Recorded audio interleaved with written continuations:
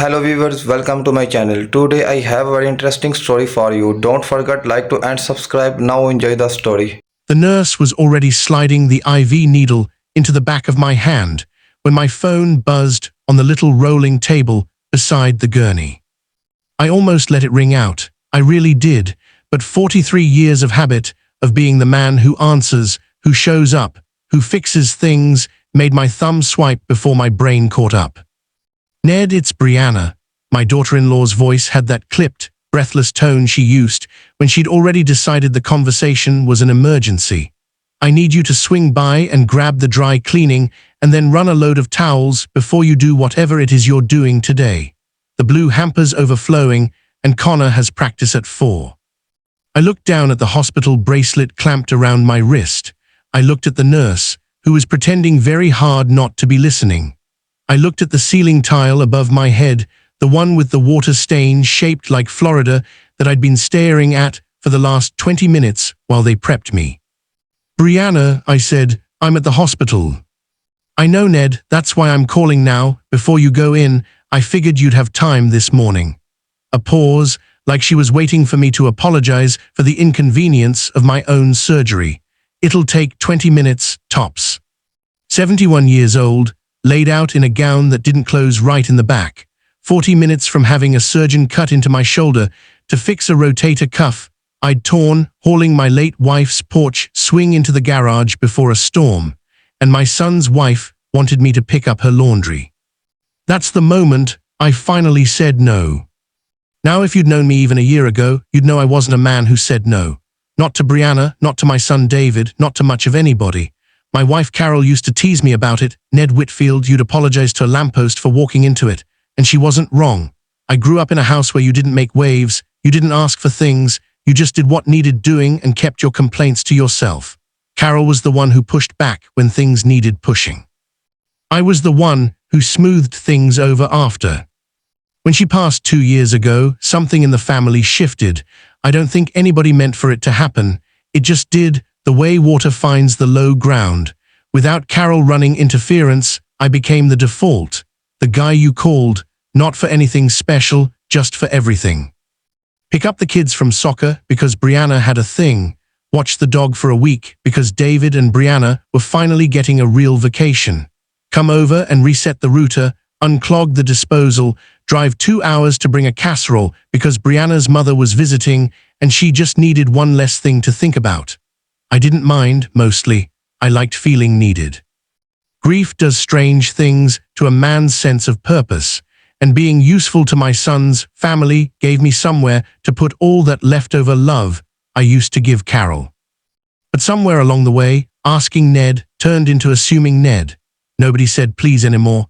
Nobody said thank you, not really, just a quick text with a thumbs up emoji if that. And when I hurt my shoulder 6 weeks ago, wrestling that porch swing alone because I didn't want to bother anybody, Brianna's first reaction wasn't concern. It was mild annoyance that I wouldn't be able to watch the kids the following Tuesday. I told myself that was fine. I told myself family helps family, and that's what Carol would have wanted, and that keeping the peace was worth whatever pride I had to swallow. Then came the phone call in the pre-op bay. "Brianna," I said again, "I'm having surgery in about half an hour. They're already putting the IV in." "Oh right, today's the day." Like she'd genuinely forgotten, or maybe just filed it under things that didn't concern her. "Well, obviously I don't mean right now, Ned. I just meant before you head over there. Is that not, I mean, how long does prep even take?"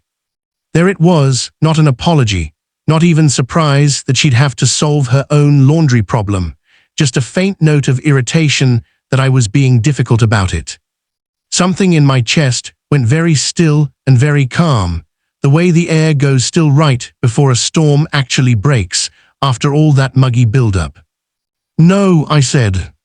Silence on the other end, a real, honest-to-goodness silence, like she was checking to see if the call had dropped. "No," she repeated, like the word was in a language she didn't speak. "No, Brianna, I'm not picking up your dry cleaning. I'm not running a load of towels. I'm having surgery on my shoulder, the shoulder I hurt helping move Carol's porch swing so it wouldn't get ruined in the storm, if you'll recall. And when I wake up, I'm going to need someone to drive me home and help me for a few days, because that's how rotator cuff surgery works. So no, I can't help with the laundry today. I actually can't help with much of anything for a while. Well, I mean, I didn't realize it was that serious a surgery. I thought it was just a... It's serious enough that I signed a form 20 minutes ago that mentioned the word complications 4 times, I said. I've got to go, they're waiting on me. I hung up. My hand was shaking a little, and not from the IV. The nurse, a sturdy woman named Denise with kind eyes and no patience for nonsense, looked at me with something like respect. Good for you, she said, not unkindly. You'd be amazed how many people apologize on their way into an OR. That was going to be me about 30 seconds ago, I admitted. But it wasn't, she said, and patted my good shoulder. That counts for something. I won't pretend the surgery itself is the interesting part of this story. I went under, they fixed what needed fixing. I woke up groggy and sore with my arm strapped to my side in a sling that made me feel like a broken wing. My son David was there when I came out of recovery. To his credit, he'd taken the day off work, and he drove me home and got me settled on the couch with a pillow fort arrangement Carol would have found hilarious. It was 3 days later, once the anesthesia fog had cleared and the ache had settled into something manageable, that David sat down across from me at the kitchen table, looking like a man about to confess to a crime. Brianna told me what happened, the phone call, he said, before your surgery. I braced myself for the smoothing over conversation, the she didn't mean it that way, Dad conversation. I'd had versions of that talk before, always on Brianna's behalf, always ending with me nodding along and letting it go because keeping the peace felt easier than being right. I'm not going to defend it, David said instead. I heard about it from her, and I want you to know that's not okay. That's not okay, and it's not the first time, and I think I've let it slide for a long time because it was easier than having a hard conversation with my wife. I didn't say anything. I wasn't sure my voice would come out steady. You've been carrying so much since Mom died, he went on, and I think somewhere along the way, we all just started treating that as normal, like it was your job to be the backup plan for everything, all the time, no matter what. And that's on us, not just her. I let it happen too.